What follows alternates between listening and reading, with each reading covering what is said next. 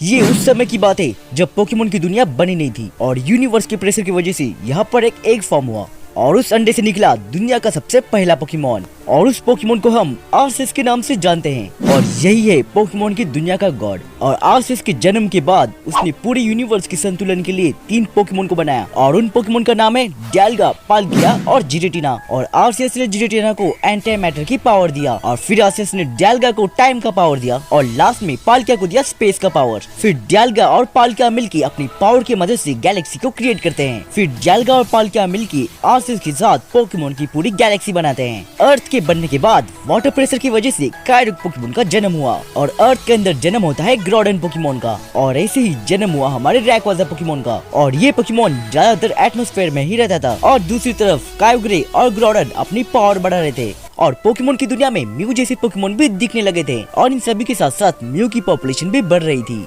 और सारे पोकेमोन खुशी से रह रहे थे। और दूसरी तरफ ग्रोडन और कायरुक अपनी पावर बढ़ाते गए और आखिरकार इन दोनों के बीच एक खतरनाक सा बैटल हुआ। और हाँ, ये पोकेमोन की वर्ल्ड की सबसे पहली और खतरनाक लड़ाई थी और इन दोनों का बैटल रोकने के लिए आसमानों से रैक्वाजा आया और रैक्वाजा ने अपनी पावर की मदद से ग्रोडन और कायरुक को शांत किया और इन सब की वजह से पोकेमोन की दुनिया शांत हुई। क्योंकि ये दोनों पोकेमोन लड़ते रहे तो पूरी दुनिया तबाह हो जाएगी और इसी तरह रैक्वाजा ने पूरी दुनिया को बचा लिया। और रैक्वाजा पोकेमोन का ये काम देखकर पोकेमोन का गॉड आर्सियस उससे खुश हो जाता है और आर्सियस ने अपने पावर की मदद से रैक्वाजा को एक नया फॉर्म दिया और वो है मेगा इवोल्यूशन। और हाँ, रैक्वाजा पोकेमोन की वर्ल्ड का सबसे पहला मेगा इवोल्यूशन पोकेमोन है और रैक्वाजा इस मेगा इवोल्यूशन को पोकेमोन की वर्ल्ड को बचाते टाइम यूज कर सकता है और आर्सियस उसे एटमॉस्फेयर के अंदर ही रहने के लिए कहता है। फिर कई सालों बाद रेगिगास ग्रोडन की बनाई हुई लैंड को तबाह करता है और ग्रोडन के पावर की मदद से जितने भी जगह थे वो अलग अलग होते हैं और इन सब की वजह से अलग अलग रीजन क्रिएट होते हैं जिसे हम कैंटो, होएन और जोटो के रीजन के नाम से जानते हैं। और इसी तरह हर जगह पे शांति फैला हुआ है और रेगिगास की वजह से सारे म्यू जगह जगह स्प्रेड हो रहे हैं और म्यू जिस जगह जाते थे उस जगह के इन्वायरमेंट की वजह से वो चेंज हो जाते थे और आसमानों में रहने की वजह से म्यू के इवोल्यूशन एरोडैक्टिल बन गए और पानी में रहने की वजह से म्यू के इवोल्यूशन ओमेस्टार बन गए और इसलिए पोकेमोन के वर्ल्ड में